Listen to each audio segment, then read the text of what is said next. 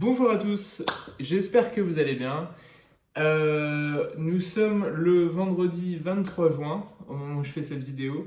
Et donc ça fait 24 heures qu'est sorti Final Fantasy XVI. Et donc c'est de ça dont je vais vous parler.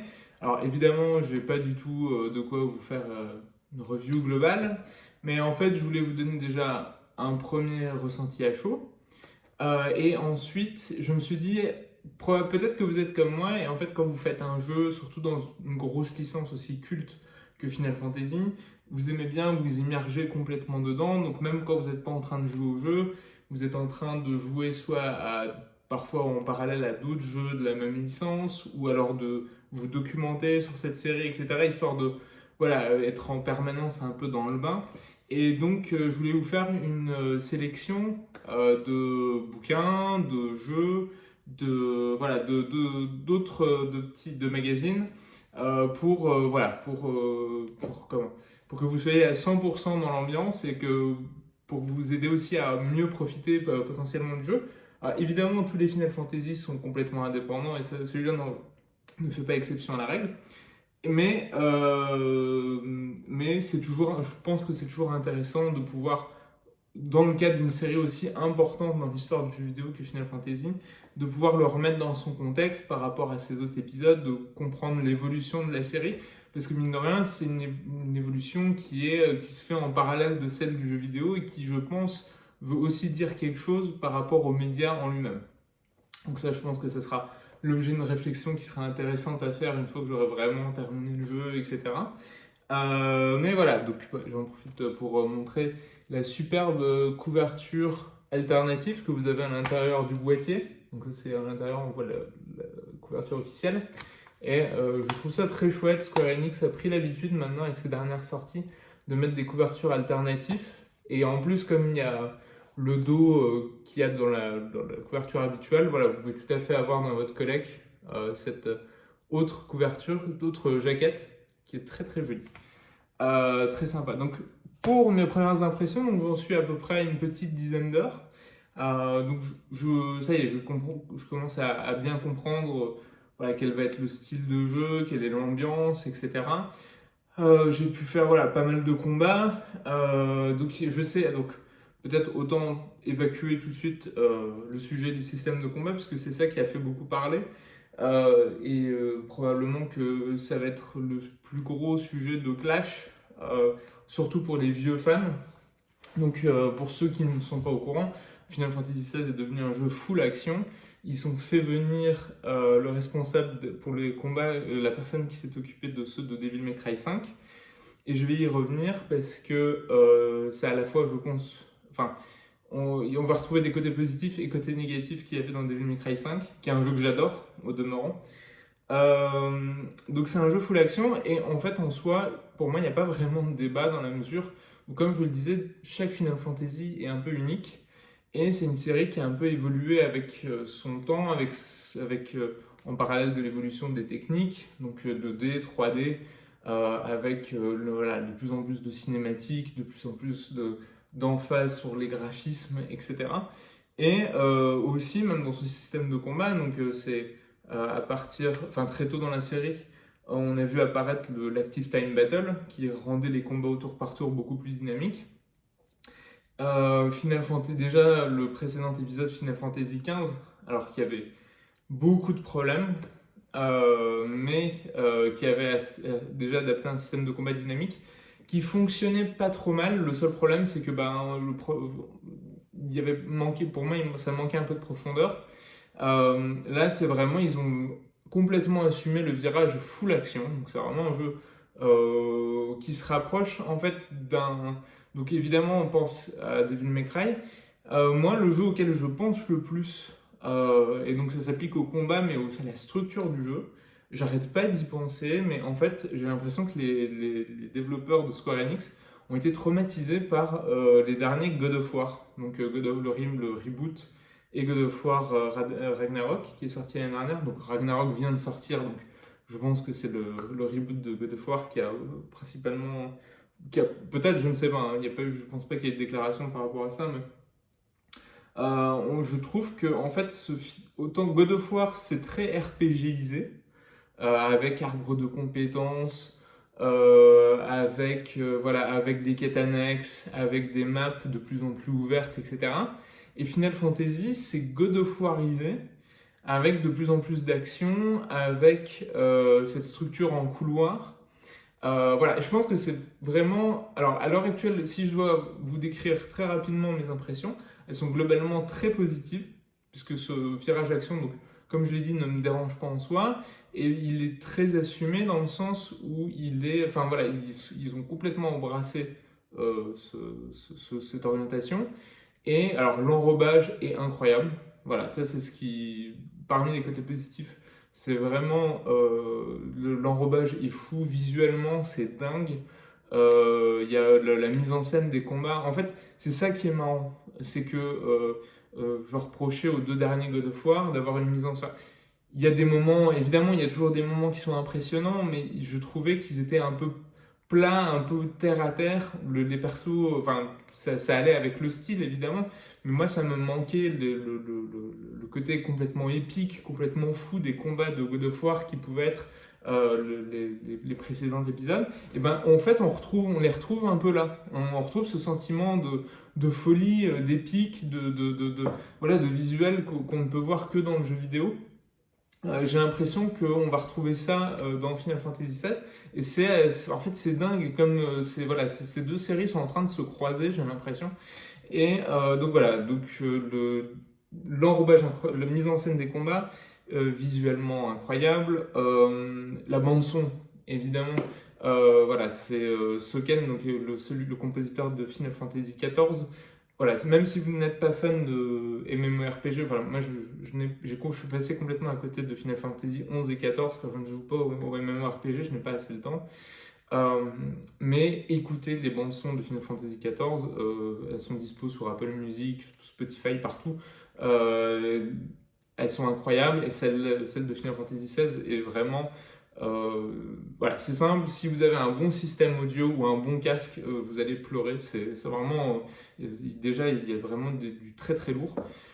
Donc voilà, la bande son est incroyable, visuellement ça défonce. Le système de combat est très solide, même si voilà, l'astérisque que je mets sur le système de combat, c'est que j'ai l'impression qu'ils font le même coup que dans Devil May Cry 5, c'est-à-dire que Devil May Cry 5, en fait, le premier run, alors, et c'est un jeu génial, Devil May Cry 5, c'est un jeu que j'adore, c'est un de mes jeux préférés de cette gêne et de la gêne précédente, puisqu'il a été porté dans une special edition. Mais en fait, le premier run du jeu était un immense tuto. Et en fait, c'est seulement à la fin du jeu que vous débloquiez et que vous aviez à disposition tout l'éventail de techniques que vous pouvez utiliser en combat. Et en fait, ça avait ça de frustrant que en fait, c'est vraiment à la fin qu'on se rend compte à quel point le système est jouissif. Il est très bon, il est très sympathique pendant toute la durée, mais en fait, c'est à la fin, on se dit ah merde, en fait, je peux faire tout ça. Et en fait, on réalise ça, et j'ai l'impression, dans Final Fantasy XVI, très rapidement, vous allez débloquer d'autres pouvoirs, sans spoiler. Voilà, le système est déjà en train, commence à s'enrichir de plus en plus là où je suis en train de jouer. Et je me demande si je vais pas avoir le même sentiment à la fin. Ça aurait tendance à être cohérent avec le fait qu'il y a apparemment un très gros New Game Plus. Ils ont vraiment insisté sur le fait que le New Game Plus était très travaillé. Et donc je pense que dans leur tête, ils s'attendent à ce que les gens, pour vivre pleinement l'expérience, fassent 2 fois le jeu. Alors, ce qui n'est pas forcément chaud dans la mesure où j'ai cru comprendre que la durée de vie était autour d'une trentaine d'heures. Une grosse trentaine d'heures, c'est pas non plus, c'est pas fou, c'est pas comme si on vous demandait de faire 2 fois un jeu de 100 heures. Mais voilà, je pense il faut être au courant. Oui, oui, aussi sur les combats, pour terminer, si jamais, et c'est en lien avec une autre inquiétude que j'ai, c'est qu'on sent dans la communication de Square Enix, ils sont terrifiés à l'idée que des gens passent à côté du jeu parce qu'il s'appelle Final Fantasy XVI. Alors, j'ai vu plusieurs tweets passer, même dans la communication, il y a une promo qui a été lancée sur YouTube aujourd'hui où ils disent pas besoin de faire les 15 précédents.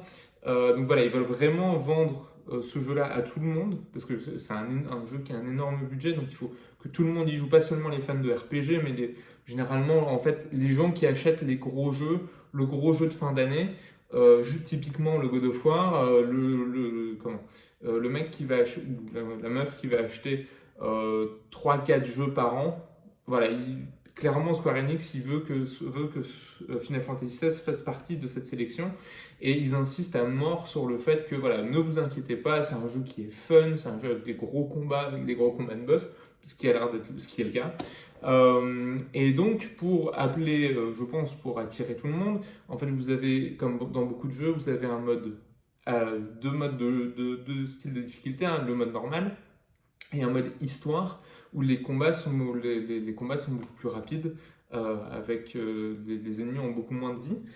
Et vous avez aussi, pas lié du tout à la difficulté, mais vous avez aussi la possibilité de faciliter les combats avec des accessoires qui, par exemple, vont rendre les esquives automatiques, vont rendre les parades automatiques, vous faciliter, etc., le travail. C'est très bien, mais il n'y a aucun problème si c'est comme ça que vous voulez vivre l'aventure. Pour moi, voilà, ce qui est cool, c'est que la possibilité est là, si vous voulez saisir l'opportunité, vous le faites. Euh, le seul, en fait, pour moi, je pense qu'il est important de savoir que je pense que ça anesthésie beaucoup l'intensité des combats. Quand j'avais testé sur la démo d'utiliser les accessoires, et là, maintenant que j'ai le jeu complet, je refais le début sans les accessoires, et tout de suite, les combats sont beaucoup, beaucoup plus fun. Les combats sont faits quand même.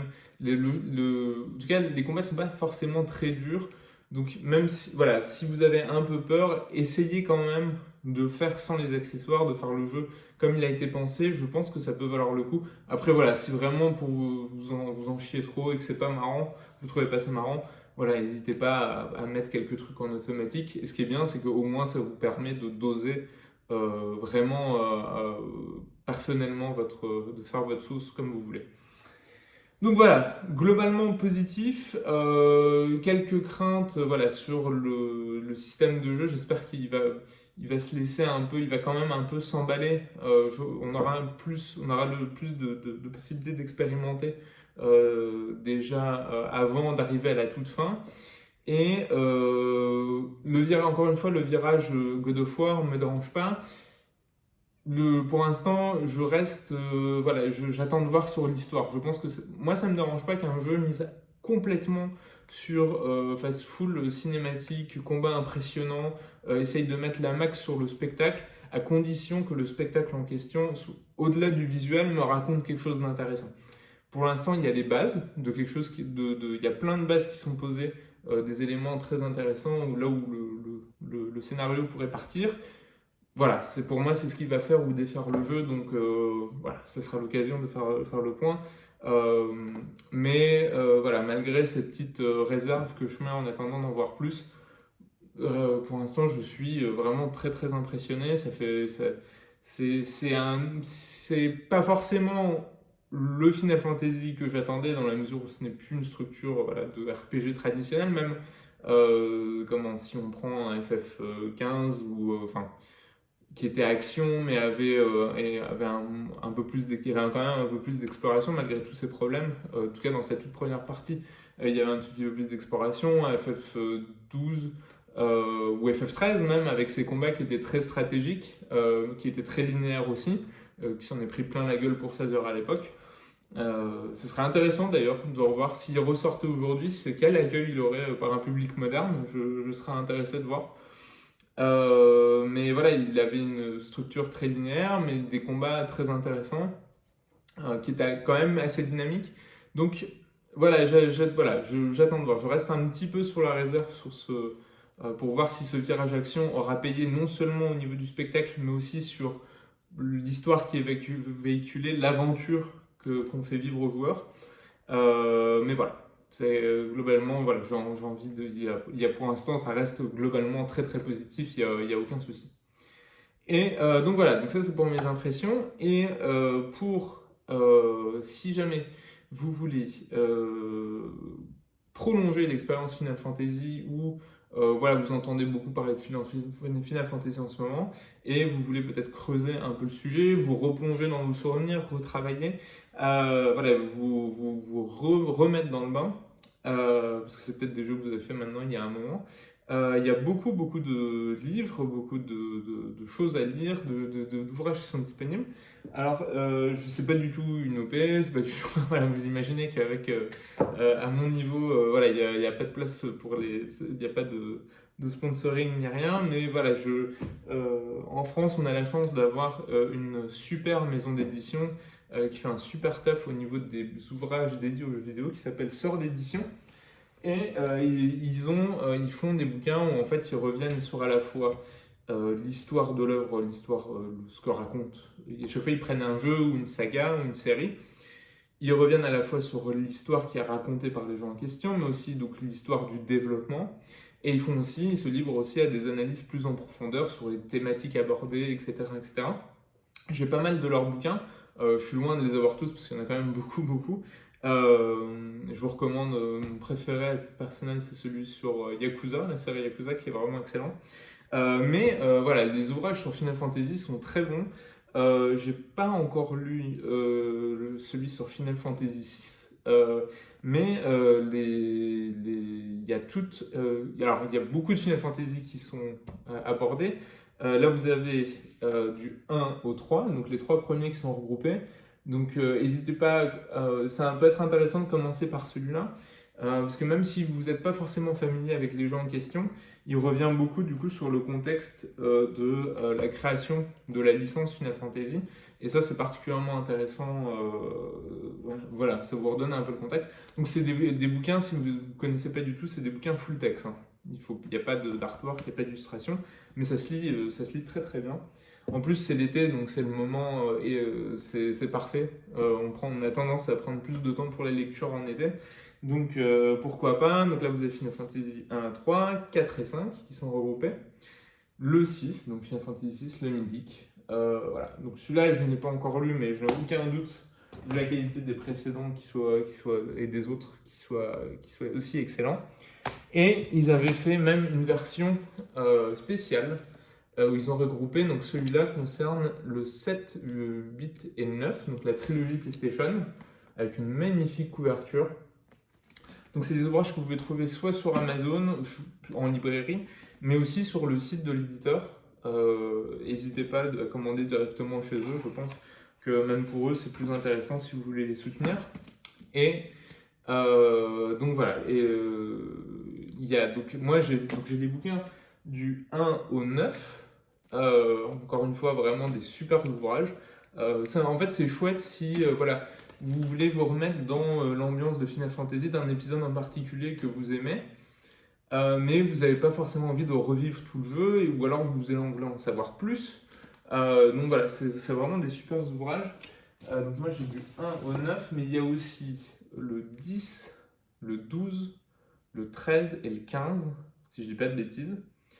Il me semble que certains sont expirés, mais vont être réimprimés. J'ai vu un tweet passer aujourd'hui d'ailleurs. Donc voilà, n'hésitez pas à surveiller l'actualité de l'éditeur. Donc voilà, sort d'édition, excellente maison d'édition, excellent ouvrage, ça vaut vraiment le coup. J'ai vu aussi passer, si vous voulez un format un peu plus court, j'ai trouvé ça dans mon magasin de jeux vidéo. Ça s'appelle Hommage à Final Fantasy. Et j'ai l'impression que c'est un hors-série du magazine Role Playing Game, parce qu'on voit le logo du magazine. Et c'est très sympa. J'avais acheté la même chose pour Kingdom Hearts. Et en fait, c'est un MOOC, donc un mélange entre un bouquin et un journal. Alors, ce coup-ci, il y a les images. Ça coûte une quinzaine d'euros. Je crois que c'est ça. Ah oui, les bouquins sortent d'édition. Alors comme ça fait un moment que je les ai achetés, dans le même 25 euros. Donc voilà, les petits coûtent 25. La compilation m'a coûté un peu plus cher. Donc comme il y avait trois ouvrages, alors je vais le mettre là parce que sinon c'est la gueule. Donc là, 25 euros pour cela et celui-là 15 euros. On a un format magazine qui est un peu plus, j'ai pas envie de dire light parce que ce serait méprisant, mais du coup qui est plus facile, peut-être plus facile à lire si vous voulez. Ce coup-ci, c'est celui, si vous voulez un horizon sur toute la série, voilà. Euh, alors, enfin, qui est vraiment chouette. Ça aborde même Final Fantasy XVI. Mais ça revient en fait, ils reviennent sur les personnalités phares de la série. Donc évidemment, Sakaguchi, comment le... oui, forcément, c'est voilà, Kitase, Sakaguchi, comment vous allez voir que je vais oublier le nom du compositeur mythique. J'ai vraiment honte. Parce que, alors là, c'est vraiment la honte. Yoshida, Nomura, Nobuo Uematsu. Voilà, Nobuo Uematsu. Ouf, le Nord est sauvé, je suis retombé dessus. Donc des portraits des personnalités principales voilà, qui sont derrière la saga. J'ai pas encore eu le temps de le lire en entier, j'ai lu la plupart des portraits. Voilà, c'est très bien fait, ça va directement à l'essentiel en tout cas. Donc si vous voulez un bon résumé de l'essentiel des informations, ça vous met bien le pied à l'étrier, je trouve. Si c'est une série que vous connaissez un petit peu de loin et que c'est plus voilà, pour vous donner envie voilà, de découvrir et d'aller plus loin, je trouve que c'est une bonne première... c'est une bonne initiation en fait à la série et ça fait un bon récap. C'est bien mis en page, les photos sont chouettes, donc ça se lit bien. Voilà, c'est vraiment très très sympa. Hommage à Final Fantasy, donc voilà, probablement aussi en librairie et sur Amazon, vous allez pouvoir trouver ça. Et enfin, dernier ouvrage, chez Kurokawa, les éditions Kurokawa, vous avez ce très joli bouquin qui est en fait un artbook qui s'appelle Final Fantasy Pixel. Alors j'enlève la petite languette. Qui en fait, c'est un artbook qui revient sur le pixel art dans Final Fantasy. Et vous allez retrouver les différents personnages en pixel art des différents épisodes. Et ça permet de vraiment, alors d'apprécier l'évolution, parce qu'il y a pixel art et pixel art. Enfin, le pixel art du premier épisode n'est pas le même que du sixième, si on reprend même si on se limite aux épisodes en 2D. Et c'est vraiment chouette. Si vous aimez, voilà, si vous êtes fan d'artbook, de beaux livres, c'est vraiment très bien fait.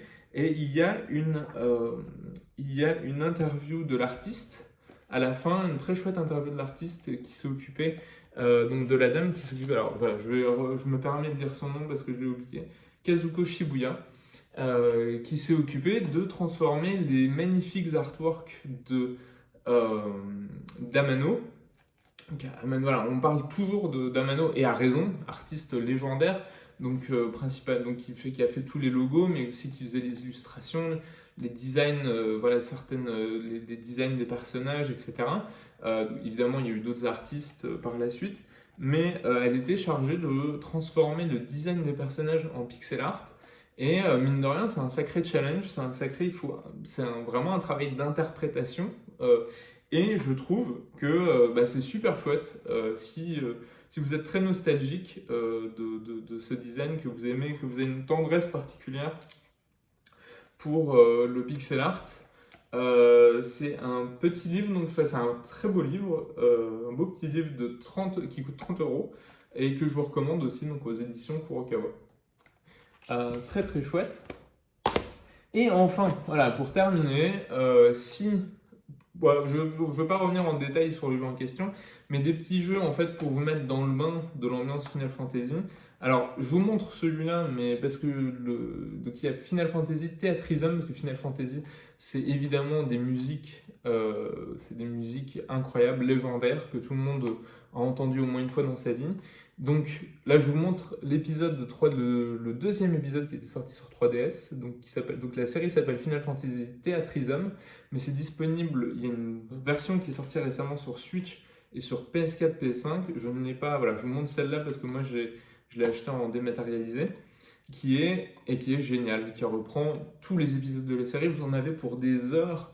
Enfin, moi ça fait, voilà, moi j'ai déjà plusieurs dizaines d'heures sur le jeu, j'ai pas encore tout débloqué. Voilà, le jeu est colossal, le jeu est bien fait, fun. Voilà, si vous voulez juste, enfin, il y a un petit côté, en fait, il y a un côté célébration de la musique dans Final Fantasy qui est très chouette. Voilà, c'est très bien illustré, c'est très bien fait, c'est très malin. C'est à la fois fun, accessible.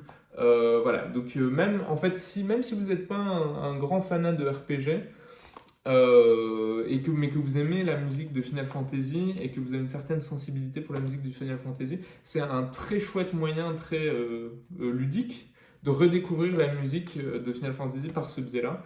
C'est une série que j'adore, qui est aussi qui fait ce sont aussi c'est adapté en borne d'arcade au Japon. Et ça, donc, ça a commencé sur 3DS, donc on jouait au stylet. Et là, maintenant, on joue au stick, sur les machines modernes. Et sur Switch, c'est parfait. Moi, je joue de temps en temps dans le bus. Et ça permet de retraverser la musique de Final Fantasy à travers les âges.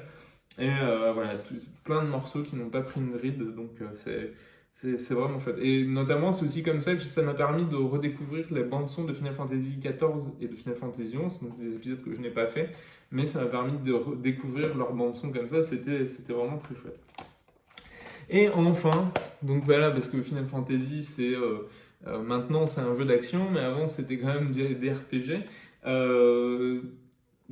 En fait, c'est deux recos perso. Si vous voulez découvrir le Final Fantasy 2D à l'ancienne, que vous n'avez jamais fait, c'est tout à fait possible, parce que c'est des jeux maintenant qui ont un certain âge. Donc il y a eu la série des Pixel Remaster. Alors là, je vous montre une version boîte que j'ai importée via PlayAsia. Ça m'a coûté une soixantaine d'euros. La compile, 70 euros, je pense, avec les frais de port. Donc il y a la compile des jeux intégrales. Je vous recommande principalement le 4 et le 6. Je pense qu'aujourd'hui, à faire, c'est les deux qui sont le plus simplement. C'est des remakes qui vous permettent d'y jouer en HD, donc sur des écrans modernes. Donc ça existe sur Switch, sur PlayStation et sur PC. Ça permet aussi, vous avez des options pour skipper les combats, voilà, ce qui est très utile de skipper les combats aléatoires, d'accélérer à la vitesse des combats, il y a plein de confort qui est ajouté. En termes de rythme de jeu, en termes de scénario, je pense que les deux les plus accessibles et les plus agréables encore à faire aujourd'hui, ce sont le 4 et le 6, mais qui sont encore aujourd'hui très très fun à faire. Je suis en train de faire le 6 d'ailleurs. Je l'ai commencé en attendant Final Fantasy XVI. Et ça se joue toujours aussi bien, c'est toujours très très agréable. Et Marocco, si vous voulez redécouvrir un Final Fantasy, mais ce coup-ci en 3D, de l'époque 3D. Alors, mon préféré à titre personnel, ce sera toujours Final Fantasy VII, parce que c'est comme ça que j'ai découvert la saga, donc ce sera toujours mon épisode de cœur. Mais je pense objectivement, si à quelqu'un aujourd'hui devrait redécouvrir, si je devais conseiller un Final Fantasy en 3D à quelqu'un, je lui conseillerais Final Fantasy X. Donc là, je vous montre la version Switch, mais c'est dispo absolument partout, PS4, PS4 évidemment, jouable aussi sur PS5, mais donc Xbox, PC, partout, et en version HD. Parce que voilà, c'est un Final Fantasy qui était déjà à l'époque, il se faisait traiter de linéaire, donc comme quoi c'est un débat que on n'a pas attendu aujourd'hui pour l'avoir. Mais effectivement, une structure qui est assez globalement, il n'y a pas de risque de se perdre, c'est l'avantage, mais une histoire incroyable, des persos ultra mémorables, système de combat en béton armé, et avec le système de sphère ailée que moi j'adore, vraiment, enfin, c'était tellement intelligent, voilà, ça avait. C'est un jeu quasiment parfait. J'ai pas grand chose à lui reprocher. Aujourd'hui, il se fait encore très très bien et il coûte une bouchée de pain, peu importe la plateforme, vous allez le trouver très facilement. Donc voilà, c'est donc 4 et 6 si vous voulez un épisode 2D, le 10 si vous avez un épisode 3D, et évidemment Final Fantasy XVI en ce moment qui vient de sortir, mais je pense que vous êtes déjà beaucoup à être en train d'y jouer. Mais voilà, c'était mon petit tour d'horizon, une spéciale Final Fantasy avec mes premières impressions et puis un peu de lecture de produits dérivés ou autres pour se remettre dans l'ambiance Final Fantasy. Voilà, je vous souhaite merci beaucoup d'avoir regardé cette vidéo et puis voilà, bon jeu à tous et à la prochaine.